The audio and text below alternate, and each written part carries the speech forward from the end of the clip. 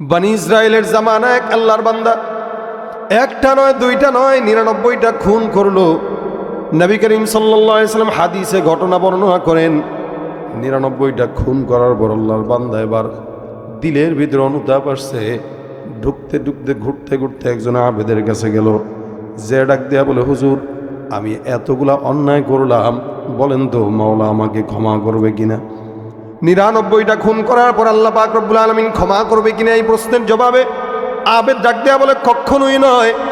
আল্লাহ পাক এত গুনাহগারকে আল্লাহ পাক রব্বুল আলামিন এত সহজে ক্ষমা করবে না। ওই আল্লাহর বান্দা ৯৯টা খুন করলো, আল্লাহর কাছে ক্ষমা চায়। আল্লাহর কাছে যখন ক্ষমা চাওয়ার জন্য বলল, বান্দা ডাক দেয়া বলে, আল্লাহ পাক এমন গুনাহগারকে কখনো ক্ষমা করে না। আল্লাহর বান্দার মেজাজ গরম হয়ে গেল, বলে কি ৯৯টা খুন করলাম, ক্ষমা যদি না পাই তাহলে কেমনে হয়?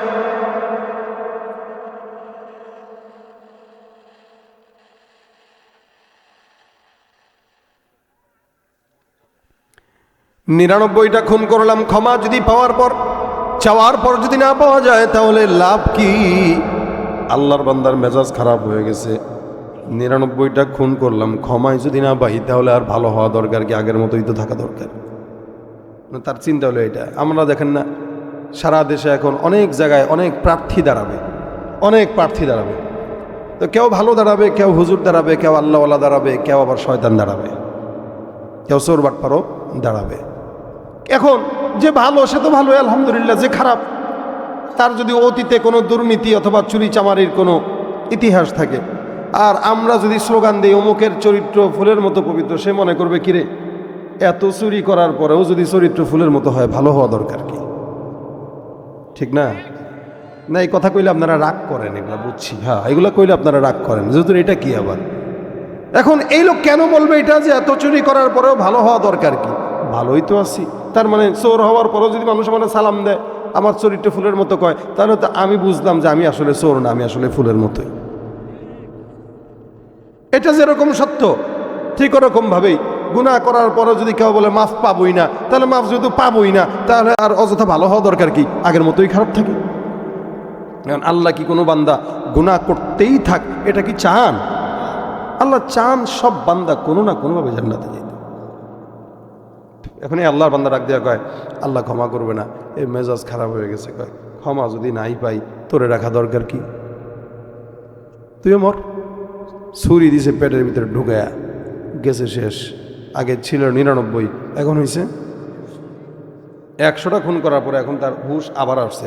হায় হায়, আমি যে তওবা করতে এসে আরও সমস্যায় পড়লাম। কি সমস্যা ভাই আপনাদের? কোনো যে কেমন হয় সমস্যা দেখেন তো। দেখেন এ আল্লাহর বান্দার এখন অনুভূতিতে আঘাত আসছে যে কিরে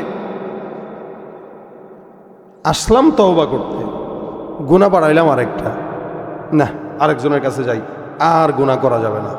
এবারে দৌড়তে দৌড়তে দৌড়তে দৌড়তে একজন আলেমের কাছে গেছে। যাওয়ার পরে ডাক দেয়া কয়, ভাই শুনেন। বলে কি? আমি ৯৯টা খুন করেছিলাম। ৯৯টা খুন করার পর তারপরে একজনের কাছে গেলাম ক্ষমা পাওয়ার জন্য। সে ডাক দেয়া বলে, আমি নাকি ক্ষমা পাবো না, আল্লাহ নাকি আমারে মাফ করবে না। মেজাজ গরম হয়ে গেছে। আমি তারেও হত্যা করে ১০০টা হত্যা পূরণ করলাম, আপনার কাছে আসলাম, বলেন তো ১০০ অন্যায় করার পর আমার মাওলা আমারে ক্ষমা করবে কিনা? আলেম ডাক দেয়া বলে, শুনো, টেনশনের কারণ নাই। আল্লাহ পাক রব্বুল আলামিন এমন কুদরতওয়ালা রব যে আল্লাহ বান্দা তোমার ১০০টা খুনের গুনাহ যেখানে শেষ, আমার মাওলা দয়া মাত্র সেখান থেকেই শুরু। সুবহানাল্লাহ, সুবহান করে বলে ১০০টা খুন করছো, এটা কোনো খুন বেটা? আল্লাহর কাছে তওবা করো। সত্যি মাফ করবে? অবশ্যই মাফ। কি করা লাগবে একটু বলে দেন। আলেম ডাক দেয়া বলে, বাসায় যাও। যাওয়ার পর পবিত্রতা অর্জন করে এখান থেকে ঢাকা পর্যন্ত, উদাহরণস্বরূপ এখান থেকে ঢাকা পর্যন্ত যাবা, ওখানে এক আল্লাহওয়ালা আছে, তার হাতে হাত রেখে তওবা করে তারপরে মাফ চায় নিবা। আল্লাহ পাক রব্বুল আলামিন অবশ্যই তোমারে মাফ করে দিবেন, টেনশনের কারণ নাই। বান্দাকে একটা জায়গা পর্যন্ত যাওয়ার আদেশ দেয়। আল্লাহর বান্দা বাসায় উজু করে পাক পবিত্র হয়, ওই জায়গায় রওনা হয়। মনে করেন এখান থেকে ঢাকা পর্যন্ত কিলোমিটার হলো মনে করেন ১৫০ কিলো। আল্লাহর বান্দা রওনা হয়ে গেছে, মাত্র 50 কিলোমিটার গেছে। যাওয়ার পর আমার আল্লাহ ডাক দেয়া বলে, আজরাইল, এই বান্দার হায়াত শেষ হয়ে গেছে, বান্দার জানটা কবজ করে নিয়ে আসো। আমার আল্লাহ পাকের আদেশে বান্দার জান কবজ করা হয়। এবার বান্দা জাহান্নামে যাবে নাকি জান্নাতে যাবে, এটা নিয়ে দুই ফেরেশতার মাঝখানে দ্বন্দ্ব লেগে যায়। জান্নাতের ফেরেশতারা কয়, আল্লাহ, এই বান্দাটা জান্নাতে যাবে। জাহান্নামের ফেরেশতারা কয়, না না, বান্দা জাহান্নামে যাবে। কেন? এই বান্দা তওবা করে নাই। আর ওই ফেরেশতারা বলে, এই বান্দা তওবার নিয়ত করছে কিন্তু হায়াত নাই। এটা তো বান্দার দোষ না, এটা তো আল্লাহ পাক রব্বুল আলামিনের ফয়সালা। আমার আল্লাহ ফয়সালা করে তার মওত দিয়ে দিছে। বান্দার দোষ কি? যদি হায়াত পাইতো তো তওবা করতো। নবী সাল্লাল্লাহু আলাইহি সাল্লাম এই কারণে এই হাদিস শরীফে বলেন, কোন মুমিন বান্দা যদি নেক কাজের নিয়ত করে, মান হাম্মা বিহাসানা, কেউ যদি নেক কাজের নিয়ত করে আর যদি কোনো কারণবশত নেক কাজটা করতে না পারে, নবী বলেন, কাতাবাল্লাহু লাহু হাসানাতান কামিলা, আল্লাহ পাক পরিপূর্ণ আমলনামায় ওই নেক কাজ করলে যে সওয়াব পাইতো ওটা লিপিবদ্ধ করে দেন। বান্দা তওবার নিয়ত করছে কিন্তু করে, যেহেতু নিয়ত করছে করে নাই, আল্লাহ পাক তার ওই নিয়তের বদৌলতে সওয়াব আমলনামায় লিখে দিয়ে দিছে। দুই ফেরেশতার ভিতরে দ্বন্দ্ব। আল্লাহ ডাক দেয়া বলে, একদল ফেরেশতা যাও, এই দুই দল ফেরেশতার দ্বন্দ্ব দূর করে দাও। আল্লাহর একদল ফেরেশতা এবার আসলো, আসার পর ডাক দেয়া কয়, কি সমস্যা? কয়, এই সমস্যা। তাহলে একটা সমাধান দেই। বলে, কি সমাধান? এই বান্দাটা বাসার থেকে তওবার রাস্তা পর্যন্ত লম্বা, এই তওবার রাস্তা পর্যন্ত রওনা হয়ে গেছে। আল্লাহর বান্দাটা কতটুকু গেছে দেখো, মাপো। যদি তওবা পর্যন্ত বান্দা বেশি যায় তাহলে বান্দা জান্নাতি, আর যদি কম যায় তাহলে বান্দা জাহান্নামী। বলেন তো, 150 কিলোমিটার রাস্তার মধ্যে বান্দা 50 কিলো গেছে, বেশি না কম? কম। এখান থেকে মাত্র এলেঙ্গা পর্যন্ত গেল, বাকি রাস্তা বহুদূর। আল্লাহর ফেরেশতা রাস্তা মাপা আরম্ভ করে দেয়। আমার আল্লাহ ডাক দেয়া বলে, জমিন, আমার বান্দার রাস্তা মাপা আরম্ভ হয়ে গেছে। আমি আল্লাহ আদেশ করলাম, জমিন তুমি বান্দার জন্য জান্নাতের রাস্তা পর্যন্ত লম্বা দীর্ঘ হয়ে যাও। বন্দেগানে খাসে আল্লামুল গুয়ুব, বন্দেগানে খাসে আল্লামুল গুয়ুব, দরজাহা জানে জওয়াসি সুল কুলুব, জম সরসবো এ পিরাহন শনিদি, চরা দর চাহে কিনানশ নদীদি। বিপদের ভিতরে আল্লাহ পাক রব্বুল আলামিন বান্দার ডাক শুনে আবার আল্লাহ ডাক দেয়া কয়, ফেরেশতা, এই বান্দার জান্নাতের রাস্তাটা আমি জমিনকে আদেশ করলাম, জমিন তুমি লম্বা হয়ে যাও। আল্লাহ ফেরেশতা রাস্তা মাপা শুরু করে দেয়। 1 হাত 2 হাত 3 হাত 4 হাত করে করে করে করে এলেঙ্গা পার হইল, রাস্তা শেষ হয় না। টাঙ্গাইল পার হয়ে গেছে, রাস্তা শেষ হয় না। চমরাও পার হয়ে গেছে, রাস্তা শেষ হয় না। একদম ঢাকা পর্যন্ত তথা বান্দার তওবার রাস্তা আল্লাহর জান্নাত পর্যন্ত চলে গেল। জমিন যেহেতু দীর্ঘ, ফেরেশতারাও মাপে জান্নাত পর্যন্ত রাস্তা। আল্লাহর কাছে ডাক দিয়া বলে, মালিক গো, রাস্তা তো জান্নাত পর্যন্ত চলে আসছে। আমার আল্লাহ ডাক দেয়া বলে, ফেরেশতার দল, এই বান্দার রাস্তা যেদিকে বেশি, আমি আল্লাহ আদেশ করলাম বান্দাকে সেদিকে তথা আল্লাহর জান্নাতেই দিয়া দাও। কারণ এই বান্দা 100টা খুন করার পর তওবার নিয়ত করলো, আমি আল্লাহ পাক বান্দার তওবার নিয়তের বরকতে বান্দারে মাফ করে দিলাম। মুসলমান নবীর উম্মত, আমরা প্রতিনিয়ত গুনাহ করি, অন্যায় করি। উঠতে গুনাহ, বসতে গুনাহ, খাইতে গুনাহ, চলতে গুনাহ, ইবাদতেও গুনাহ। নামাজ পড়তেছি মানুষকে দেখানোর জন্য, জাকাত দিতেছি মানুষ আমাকে দানবীর বলবে এই কারণে, রোজা রাখতেছি মানুষ আমার বুজুর্গ বলবে, জিকির করতেছি মানুষ আমার জাকিরিন বলবে। অর্থাৎ আমাদের গুনাহ এমন বাড়ছে, কোরআন তেলাওয়াত করলেও গুনাহ হয়, নামাজ পড়লেও গুনাহ হয়। কেন? বলে নামাজ পড়তেছে দেখানোর জন্য, তেলাওয়াত করতেছে মানুষ বাহবা দিবে এই জন্য। এই কারণে আল্লাহ পাক রব্বুল আলামিনের হাবিব সাল্লাল্লাহু আলাইহি ওয়াসাল্লাম বলেন, কিয়ামতের ময়দানে কিছু নামাজি, কিছু কারি, কিছু আলোচক, কিছু বক্তা, কিছু দানবীর, কিছু মানুষ, কিছু মুত্তাকি, এদেরকে ডাক দেয়া বলবে, বলো তোমরা তোমাদের ইবাদত কেন করছো?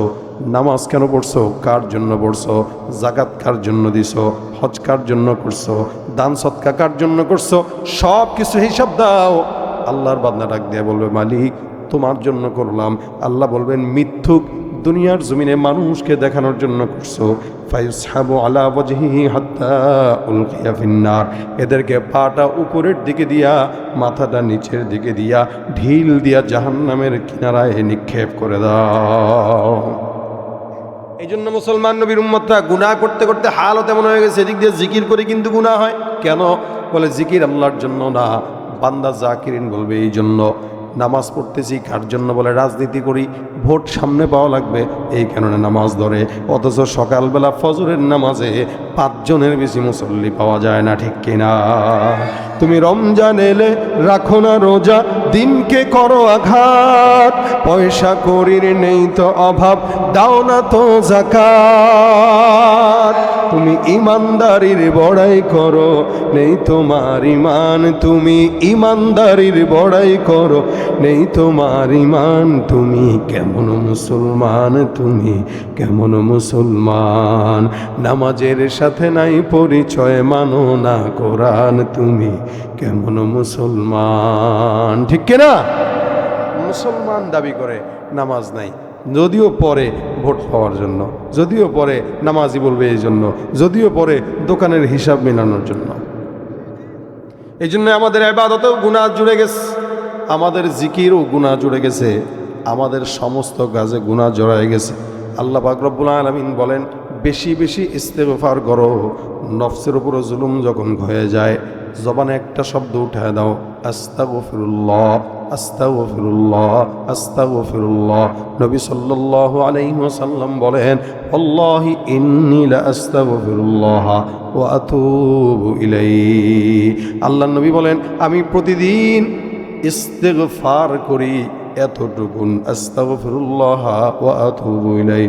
নবী বলেন আমি নিজে প্রতিদিন 70 বারের বেশি ইস্তেগফার শব্দ উচ্চারণ করি। সুবহানাল্লাহ। যেই নবীর গুনাহ নাই, শাফায়াতকারী সুপারিশকারী, ওই নবী বলেন 70 বারের বেশি ইস্তেগফার আদায় করি। ওই নবী বলেন 100 বারের বেশি ইস্তেগফার আদায় করি। তাহলে আপনি আমি তো 1 কোটি বার ইস্তেগফার পড়া দরকার, ঠিক কিনা? কিন্তু একবারও পড়ি না। নবী বলেন কোনো ইমানদার মুমিন বান্দা সমুদ্রের ফেনা পরিমাণ গুনাহ নিয়ে যদি বলে আস্তাগফিরুল্লাহ আস্তাগফিরুল্লাহ, আল্লাহ নবী বলেন একবার পড়ার মাধ্যমে সমস্ত জিন্দেগির গুনাহ মাফ করে তারে নিষ্পাপ বানায় দিবেন। এটাই তাওবার মূল বিষয়, যে মিনাজ যামবি কামাল্লা যামবালা। যখন কেউ তাওবা করে পাপ থেকে, আল্লাহ পাক এমন বানায় দেয় যেন তার কোনো গুনাহই কোনো দিন ছিল না, কোনো গুনাহই কোনো দিন ছিল না, নিষ্পাপ বাচ্চার মতো। হ্যাঁ, তবে শর্ত হইল বান্দার হক যদি নষ্ট না করে থাকেন। কারণ হক দুইটা, একটা আল্লাহর, একটা বান্দার। আল্লাহর হক নষ্ট করছেন, এটা আল্লাহ পাক মন চাইলে মাফ করে দিবে, এটা আল্লাহর হিসাব। নামাজ পড়েন নাই, রোজা রাখেন নাই, তারপরে হজ করেন নাই, অন্যান্য হুকুম আহকাম যেগুলো ফরজ ওয়াজিব এগুলো পালন করেন নাই, আল্লাহ চাইলে মাফ করতেও পারে, না করতেও পারে, এটা আল্লাহর হিসাব। কিন্তু কোনো বান্দার 1 টাকা মারছেন, তাহলে আল্লাহ সারা জিন্দেগি মক্কা মদিনায় যা মাথা ডুবাইলেও মাফ করবে না। কেন? বান্দার হক নষ্ট করছেন।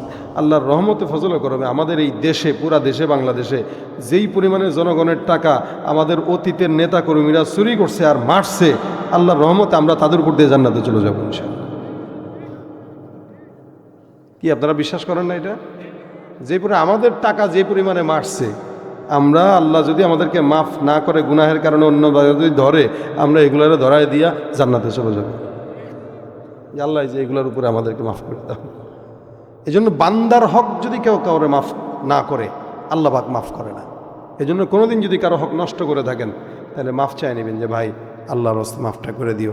এখানে মাফ করো, কিয়ামতে ধরো না।